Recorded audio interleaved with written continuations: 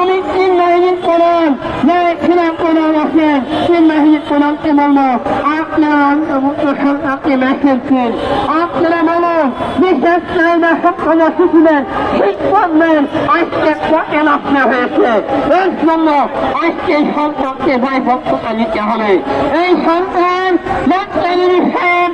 আপনি পাশে অবস্থান করে একটি ভালো একটি সাহিত্য পেয়েছেন।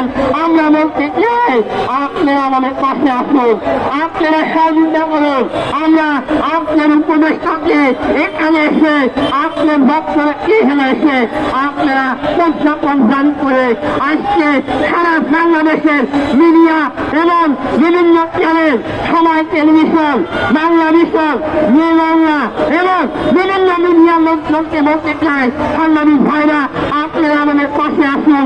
দেখুন আমরা কিভাবে কষ্টে আসি, কিভাবে দুঃখে আসি। এই মানে আমার বক্তব্য শেষ করছি। আল্লাহ হাফেজ।